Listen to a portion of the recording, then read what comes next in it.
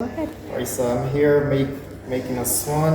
Most time person would use their chin to hold it, they use their teeth, but for me I prefer to use my teeth that I get a firmer grip, so that way my swan is firm and sturdy. Alright, so here we go. First, center. Please ensure you always have a clean towel whenever making with your teeth. Center.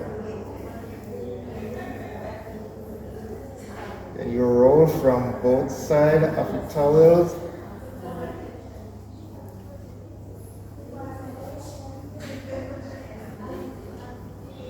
Just like that, and you continue to roll, so that way you get a firm shape of your swan.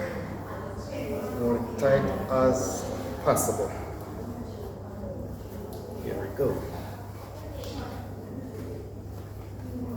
So now this roll can form out to be in different shape of swan. It's depending on the one that you want to do for the occasion or the one that you want to have for that moment.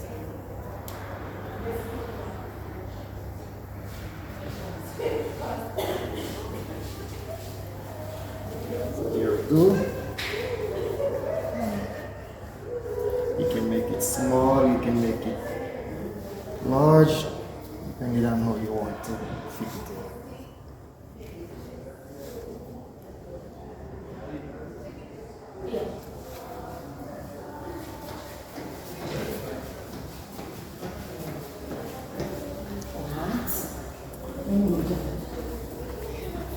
You got your swan.